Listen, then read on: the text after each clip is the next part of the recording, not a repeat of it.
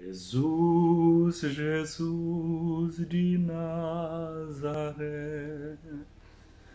o teu semblante eu quero ter, tal qual és tu eu quero ser. Jesus, Jesus de Nazaré. Jesus, Jesus de Nazaré, o teu semblante eu quero ter, tal qual és tu eu quero ser. Jesus, Jesus de Nazaré. Graça e paz, cara amiga, caro amigo que acompanha diariamente a nossa meditação sobre a palavra de Deus no Santo Evangelho, a palavra de Deus na Santa Liturgia. É a vós, Senhor, que eu dirijo a minha prece, e de manhã já me escutais. Desde cedo eu me preparo para vós e permaneço à vossa espera. Esse refrão que eu comecei cantando nessa live, eu ouvi e cantei, e canto ainda, né, muitas vezes, mas quando eu era pequeno, me impactou muito esse refrão, né? E pensar no semblante de Jesus, no rosto de Jesus, e dizer para Jesus que eu queria ter o rosto dele, que eu queria ter o semblante dele. Quando eu completei 17 anos, eu encontrei um pequeno livrinho, né, que se chamava A Meditação Cristã.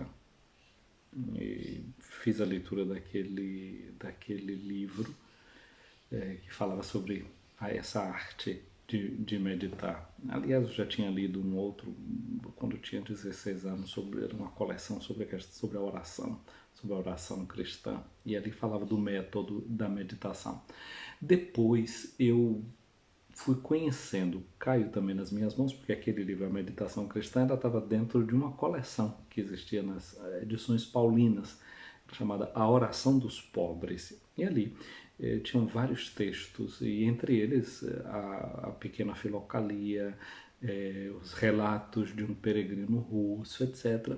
E essa oração do o peregrino russo e outros tantos livros desta coleção falava dessas práticas de meditação que tem várias repetições de versículos bíblicos ou a repetição do nome de Jesus, que é a prática do peregrino russo. E já desde aquele tempo que eu fico assim, não é, nessa busca de entrar nesse tipo de oração, que é encontrar um tempo e ficar repetindo essa jaculatória, que é a oração do cego de Jericó. Senhor Jesus, Filho de Deus, tem compaixão de mim, pecador. Encontrar um lugar tranquilo, sereno, e se colocar ali a repetir essa frase. Hoje estamos iniciando o mês de outubro, né? O mês de outubro é o mês do Rosário. E o que é o Rosário, senão a repetição constante, né? Pai Nosso, Ave Maria, contemplando mistérios, cenas da vida de Jesus. O Rosário é, antes de tudo, uma oração contemplativa, na qual a gente contempla, na qual a gente busca ver a vida de Jesus. E a gente tenta ver essa vida de Jesus com o olhar e com o coração de Maria. Sábado faz a gente sempre pensar nela, né? E por que a gente faz isso? Porque o Evangelho mesmo diz, Lucas conta pra gente que Maria conservava no seu coração, meditava sobre todas essas coisas. Então a gente vai buscando essa imitação de Maria. Nessa questão da invocação do nome de Jesus, essa prática da invocação do nome de Jesus, a gente vai aliando a respiração à invocação do nome. Senhor Jesus, Filho de Deus, tem compaixão de mim, pecador. Senhor Jesus, Filho de Deus, não é inspirado. Tem compaixão de mim, pecador, expirado. E os mais avançados, né, vão ligando isso aos próprios batimentos do coração.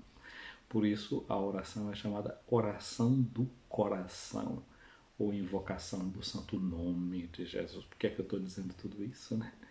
Jesus, Jesus de Nazaré, o teu teu semblante eu quero ter, tal qual és tu eu quero ser. Jesus, Jesus de Nazaré.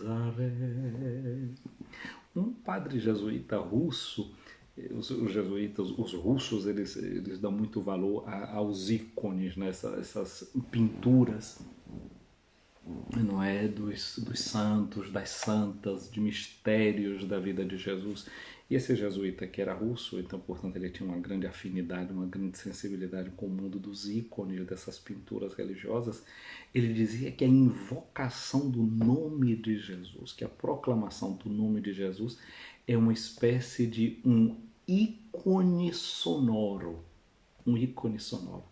Isso era tão forte, essa invocação do nome de Jesus, que São Paulo dizia assim, que quando o nome de Jesus é invocado, todo joelho se dobra no céu e na terra. Todo joelho se dobra no céu e na terra. O nome de Jesus.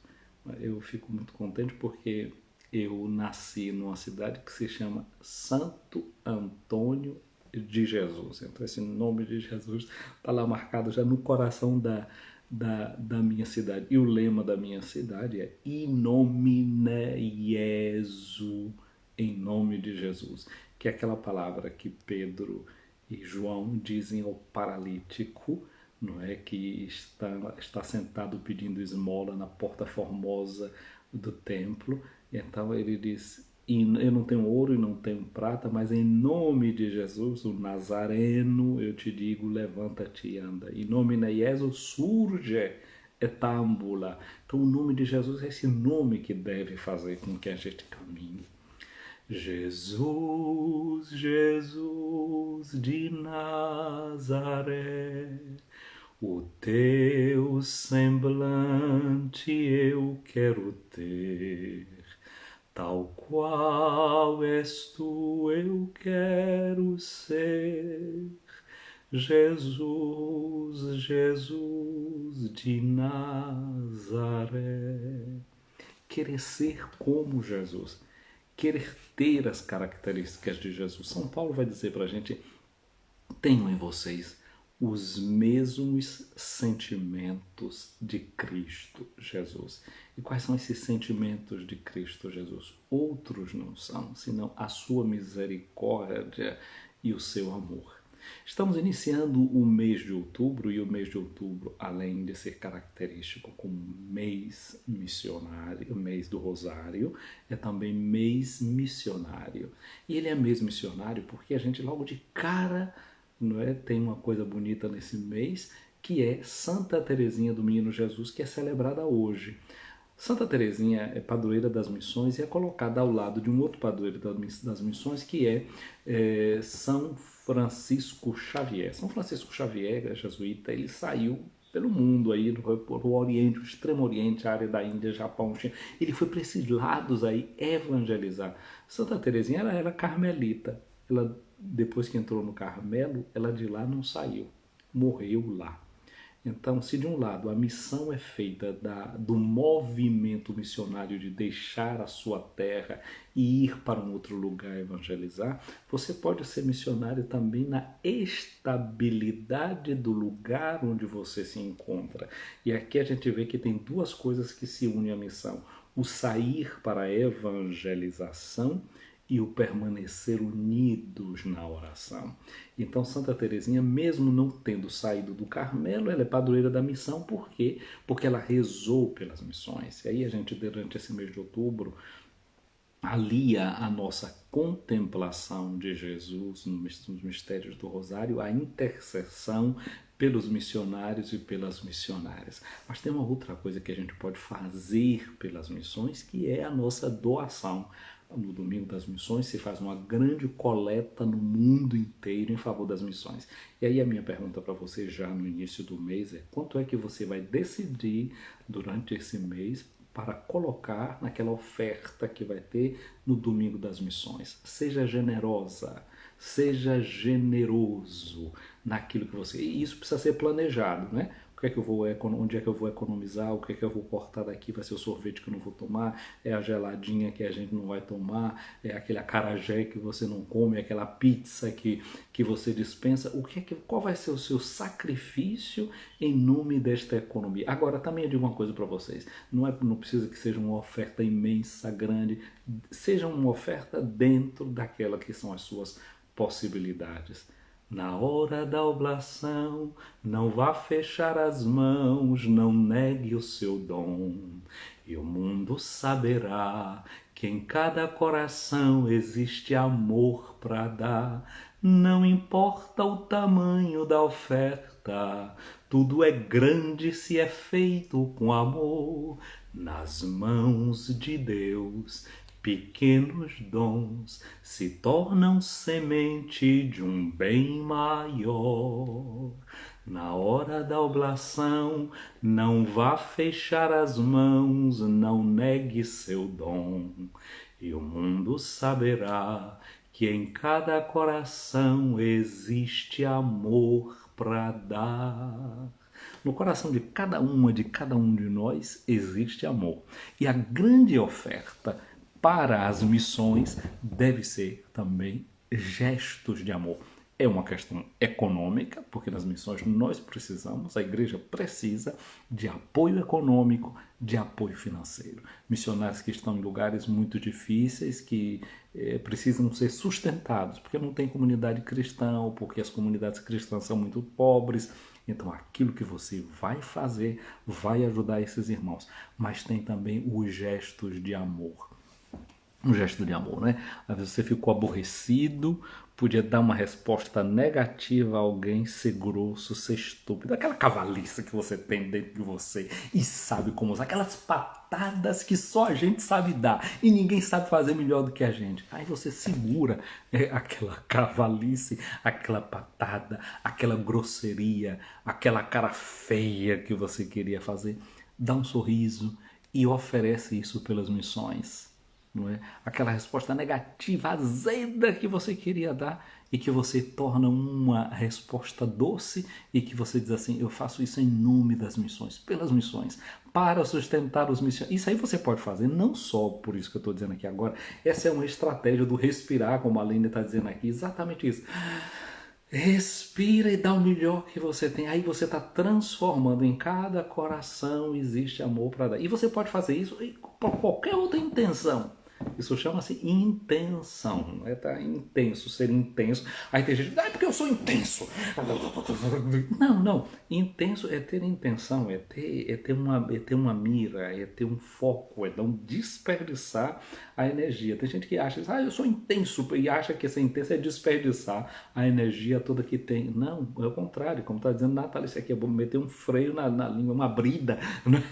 Porque o freio na língua, os animais, os cavalos que a gente dá quando bota o freio na língua, a brida, serve para a gente fazer o que o freio na língua do animal? Para a gente dar direcionamento a ele. Aí você puxa, vai para cá. Natalícia sabe disso, que ela sabe montar cavalo, aí estava ensinando a Aline como é que monta em animal, um dia desse aí, né?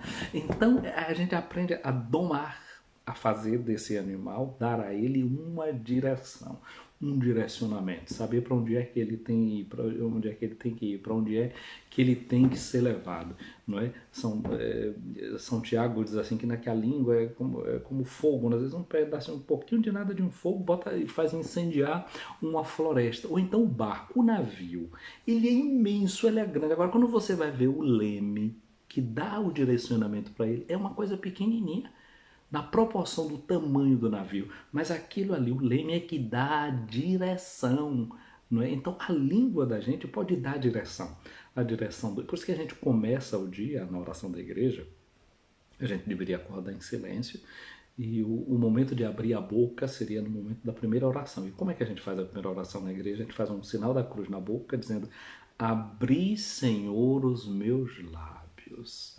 Então, que é tirado lá do Salmo 50, 51. E a minha boca cantará o vosso louvor. O que deve abrir a boca da gente é o sinal da cruz, é a chave, não é, para a abertura da nossa boca, não é, de onde vai sair, de onde vai entrar o nosso alimento para nos dar força e tudo mais, mas de onde vai sair aquela palavra que pode dar forma ao dia da gente, dar conteúdo ao dia da gente, para que seja um conteúdo crístico, para que seja um conteúdo cristão. Gente, eu comecei, não é, falando tanto do nome de Jesus, cantando esse refrão, não é? Jesus, Jesus de Nazaré, o teu semblante eu quero ter, tal qual és tu eu quero ser. Jesus, Jesus de Nazaré. Por que a gente está falando tanto isso? Olha só, o capítulo 10 do Evangelho de Lucas mostrou Jesus, né, depois saindo lá daquele lugar dos samaritanos, onde eles não foram acolhidos. No capítulo 9 continua a estrada, e chega um momento que Jesus, vendo a necessidade do povo, ele diz para os discípulos: olha, está vendo essa multidão, toda essa gente aí, eu tenho pena dessa gente, é como ovelhas que não tem pastor, então peçam ao dono da messe que envie operários para a sua messe. Normalmente, quando a gente pensa nisso, né, que Jesus vira para eles e diz: peçam que mande operários para a sua messe, eu, na minha cabeça, se eu estivesse ali no meio dos 12, eu pensava que ia aparecer outras pessoas, não é para serem mandadas, ou esses discípulos que estão acompanhando Jesus. Eles chegam a ser 72, e o que é que Jesus faz? Os manda 2 a 2 para evangelizar. Jesus mandou que eles pedissem operários, e os operários, Jesus mostrou que eram eles mesmos. Eles eram eles que deveriam ir. Quando a gente fala da igreja missionária, nós não estamos pensando em alguém que tenha que vir de fora. Não, somos nós que estamos aqui ocupando os nossos espaços e os nossos lugares, que devemos assumir um compromisso com o Evangelho de Cristo e sermos nós, naquele lugar onde nós estamos, reflexo do reino de Deus. Portanto, somos nós aqueles que Jesus quer enviar. Quer que a gente descubra, não é, o que a gente pode fazer. Aí Jesus os manda 2 a 2 pregando. Interessante que Jesus envia, mas tem uma coisa que é muito importante na vida da gente, que é a capacidade de avaliar. Vocês vejam que todo dia de sábado a gente tenta, vamos tentar fazer um resumo aqui da nossa semana, o que foi que aconteceu, os dons. Avaliar é uma coisa muito importante. Não é só importante a gente planejar. Vocês aí que são professores, gente que trabalha no mundo da administração, é muito bom ter o foco, ter a meta, não é, saber o que é que a gente quer. E para saber isso, o que é que a gente faz? A gente avalia, vê se a rota está sendo correta, se a gente está indo na direção dos objetivos da gente. Avaliar. Isso é muito importante. Porque senão a gente não progride, porque senão a gente não dá passos. Hoje a gente celebra Santa Teresinha do Menino Jesus, e Santa Teresinha do Menino Jesus se nutria da espiritualidade carmelitana, muito transmitida de Santa Teresa de Ávila, Teresa a Grande, Teresa de Jesus. E Santa Teresa de Ávila dizia que quem não progride, regride. Então quem não dá um passo para frente é como se tivesse dado um passo para trás, porque ficou ali empacado. Não é? E é preciso que a gente vá para frente. É como disse, porque a gente vai para cima. Então é necessário que a gente dê passos, que a gente caminhe. Quem não progride, regride. Então Jesus agora ele vai, senta com esses 72 que estão voltando para avaliar, para perceber como é que eles fizeram a experiência. É muito bom isso. Então você que é catequista, você que é professor, pai, mãe, avaliação no contexto da casa, teus objetivos para alcançar como família, etc. E sentar também para avaliar a oração de gratidão, de ver os frutos, de ver o que foi que a gente conseguiu recolher. Aí Jesus se senta com esses 72, eles voltaram, e diz o Evangelho de Lucas, no capítulo 10, versículos de 17 a 24, Lucas 10, 17 a 24, nós diz que os 72 voltaram muito contentes. O clima é de alegria. O clima é de alegria. Eles voltaram muito contentes e dizendo para Jesus: Senhor, até os demônios obedecem por causa do teu nome. Você já percebeu porque eu estava insistindo aqui desde o início com a invocação do nome de Jesus, falando lá do peregrino russo, cantando Jesus, Jesus de Nazaré, o teu semblante, eu quero ter o nome de Jesus. Tem até aquele canto: o nome de Jesus é doce, traz gozo, paz e alegria. Então, o nome de Jesus tem um poder grande, e os discípulos descobriram isso.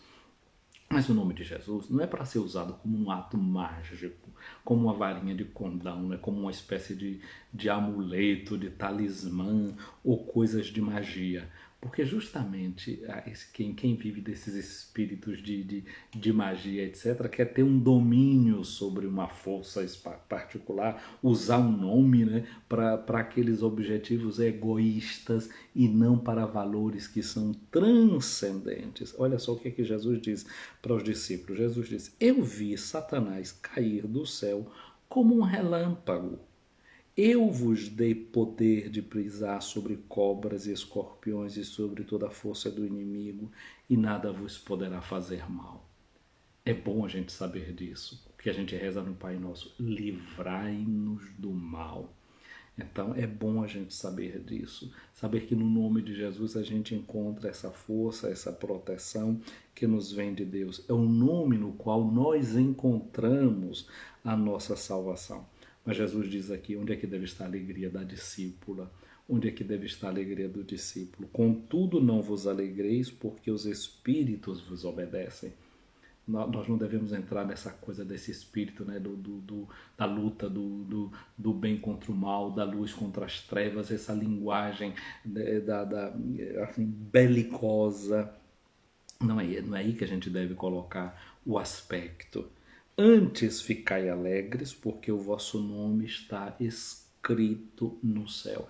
Esta é a razão da nossa alegria. Não porque a gente está entrando num combate para sair vitorioso, porque isso pode ir uma ponta de egoísmo dentro da gente, que se a gente não tiver atento, vai entrar naquele dinamismo de combate, de ódio, que é o do espírito maligno. Aí a gente pode entrar no combate com o espírito maligno, com aquele espírito de beligerância. Mas o que Jesus está dizendo para a gente é isso assim: vocês podem vencer o espírito do mal. Eu dei poder para vocês. Mas a questão da alegria de vocês não deve ser essa, porque poder nos foi dado. Porque tem determinadas experiências que a gente faz que pode parecer que a gente está sendo derrotado. Quando Jesus estava na cruz, morrendo, parecia que ele não tinha poder nenhum. Ele era ali, diante dos olhos humanos, impotente.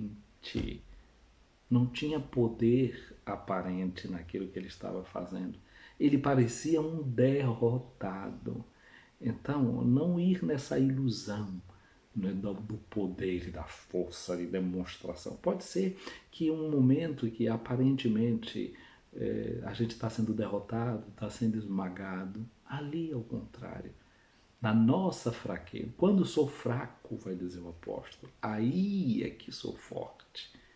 O poder de Deus se manifesta na nossa fraqueza. E é por isso que a gente tem a prática da penitência, a prática da mortificação, aquilo que a gente diz, o freio na língua. Quando parece que a gente está sendo fraco, é aí que a gente está sendo forte. Porque a gente está usando o maior de todos os domínios, que é dominar a si mesmo. É usar essa força para a nossa autotransformação, para a nossa autotranscendência, para irmos além de nós próprios. Quando um grãozinho de trigo está morrendo lá debaixo da terra, está se destruindo enquanto grão, ele está potencializando tudo o que ele é de se transformar numa planta, que é bem maior do que aquela realidade de uma semente. Então, o que a gente deve se alegrar é porque o nome da gente está escrito nos céus. Então, assim, é bom a gente cantar o nome de Jesus, descobrir o poder do nome de Jesus, mas é bom saber também que o nome da gente está escondido em Deus através de Cristo Jesus. São Paulo diz na carta aos Colossenses exatamente isso, né? A vida de vocês, a vida é o nome, a essência, a existência da gente, está escondida em Deus através de Cristo. É Ele que leva nosso nome para o interior da Trindade, porque Ele é o Filho do homem, é homem, é mulher, em você e em mim. Ele assume a nossa humanidade, pega a nossa humanidade e carrega sobre ele. Dessa forma, a nossa humanidade está presente em Deus através de Cristo. Nós fomos levados para o interior de Deus. É lá nele que o nosso nome está escrito.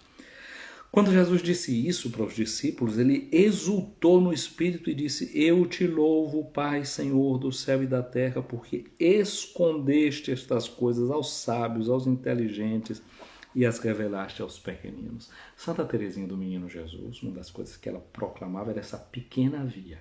Ela escolheu esse caminho do evangelho, que é daquele de se tornar pequena como uma criança, porque é para esses que o Pai revela o seu reino. Ela se fazia pequena e disse: eu não posso chegar até dentro, eu preciso desse elevador que são os braços do Cristo Jesus. Ele me pega e me levanta.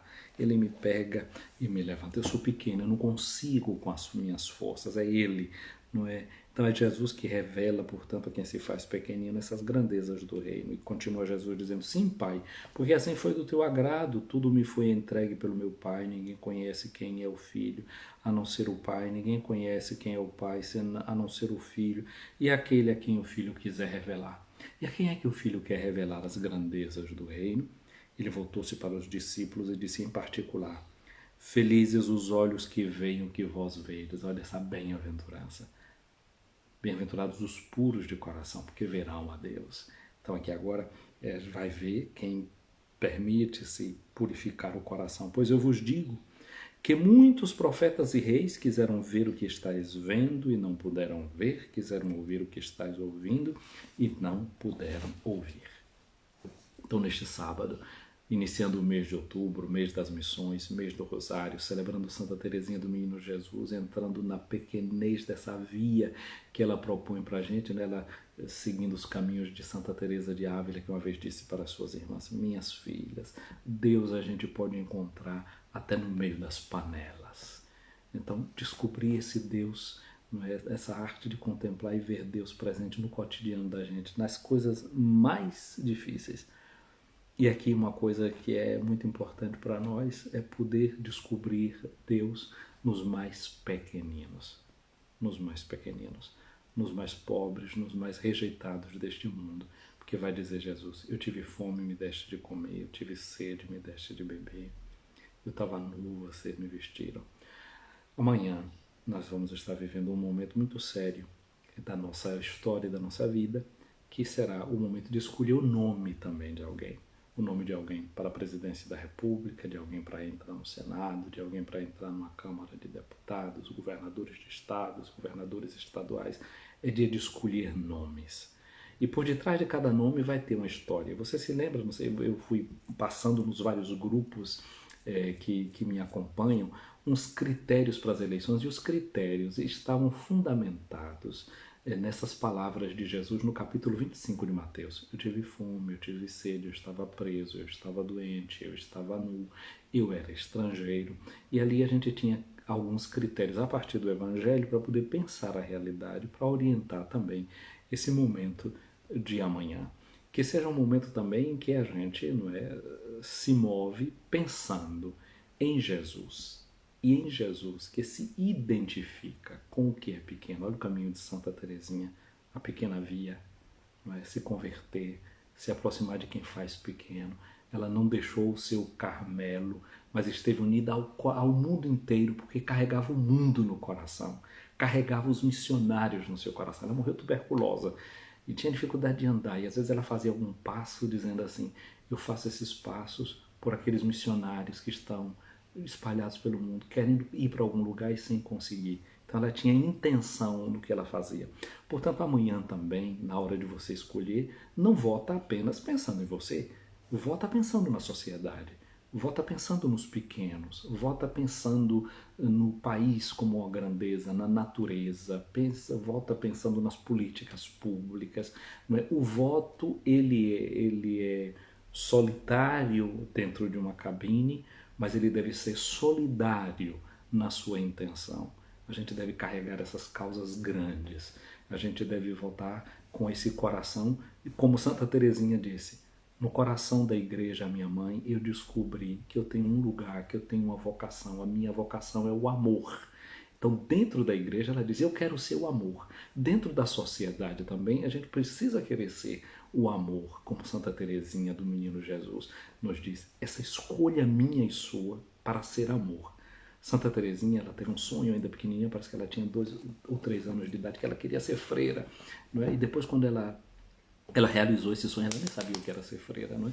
E realizou esse sonho, mas teve uma decisão que ela tomou. Ela tinha, acho que 5 anos, quando fez a primeira comunhão, 5 ou 7, já não me recordo com exatidão, mas ela tomou uma decisão. Eu não serei santa pela metade. Gente, a gente não pode ser pela metade, não é? A gente vai ter que estar todo em tudo que a gente faz. A gente tem que ser cristão em tudo que a gente faz, em toda a vida da gente. Que esse momento também da gente seja esse momento onde a gente quer ser o amor, quer ser solidário e quer estar tudo inteiro com Cristo, por Cristo e em Cristo. E que assim a gente viva a conclusão desse dia, que a gente possa viver as responsabilidades do dia de amanhã, como quem carrega a fé no coração da gente, como quem sabe que tem o nome escrito no céu. A gente não tem o nome somente escrito lá naquela folha que a gente vai votar amanhã, não, viu? O nome da gente foi escrito no céu com uma tinta indelével que ninguém pode cancelar, que é o nome de Jesus. Mas São Paulo, na sua carta aos Efésios, ele diz assim, olha, a gente antigamente era assim, tudo estrangeiro, era gente que não se conhecia, mas agora, por causa do sangue de Jesus, a gente é uma família. Que a gente não esqueça disso no dia de amanhã, em momento nenhum, da vida política, da vida social. O que nos irmana não é o fato da gente ser brasileiro ou brasileiro, não é o nacionalismo, não é o patriotismo.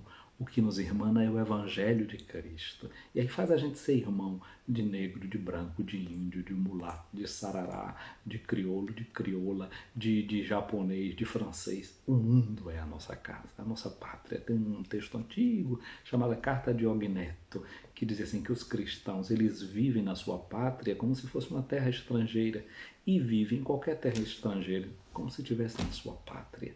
Porque a nossa pátria é o céu. E na medida que a gente tem o coração no céu, corações ao alto, o nosso coração está em Deus, porque o nosso coração está em Deus, em Cristo Jesus.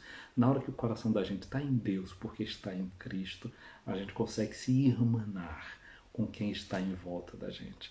A gente consegue construir relações de fraternidade, derrubando toda espécie de muro no nome de Jesus. Não é? Que a gente possa, como Jesus, ver Satanás cair do céu. E quem é Satanás? Aquele que eu dizia, né, lembrando o Lucas 22, que tinha entrado no coração de Judas e nos discípulos tinha entrado aquele espírito de saber quem é que é maior. Então tudo isso que faz a gente querer concorrer com o outro, deixar o outro fora. Então isso não pertence a Jesus e não pertence ao Evangelho, e que Ele nos liberte disso. Ouvi, Senhor, a minha oração, chegue até vós o meu clamor. Minha amiga, meu amigo, o Senhor esteja acima de ti para te proteger, à tua frente para te guiar, atrás de ti para te defender, do teu lado para te acompanhar, dentro de ti para te abençoar. Que a bênção de Deus Todo-Poderoso, Pai, Filho e Espírito Santo, desça sobre ti, minha amiga, meu amigo, permaneça para sempre. Bom, meu abraço aqui ao povo da madrugada brasileira, um abraço à Aline aqui me acompanhando, a Fernanda, a BRT, Sandra Valente, Natalice, eu estou contente, Natalice está aqui com a gente, rente quente que nem pão quente. Um abraço para Darcy Sampaio, aqui Natalice falando para a Aline, Aline respondendo que ela tá, Nataline é tia e sobrinha, parecem irmãs. Darcy Sampaio, paz e bem para você. Aqui não é Natalice lembrando de Elísio Medrado com aquela canção, muito bem. Bom, que a gente vai se lembrando.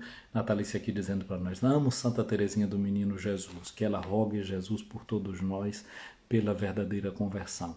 É interessante, né? Porque sobretudo a verdadeira conversão, porque muitas vezes a gente pensa que a conversão, se voltar, né? É simplesmente deixar o pecado, não é? E caminhar para a graça, sim, esse é um aspecto da conversão, mas existe a conversão que é também se voltar sempre e cada vez mais para o amor, que é a conversão para Deus, não é somente dar o direcionamento para a vida. Muito obrigado aqui, desejando essas bênçãos para mim, muito obrigado. Gente, reza por mim, reza por esse ministério, você sabe que por mim você deve não só rezar, você deve também curtir aqui esse vídeo, encaminhar, comentar e faz isso. E depois eu vou salvá-lo lá no nosso canal do YouTube, Padre José Raimundo Escutando a Palavra, vamos colocar na nossa página do Facebook também, Tua Palavra Lâmpada para os Meus Pés, e no meu perfil lá do Facebook. Fica com Deus, gente querida. Um abraço grande.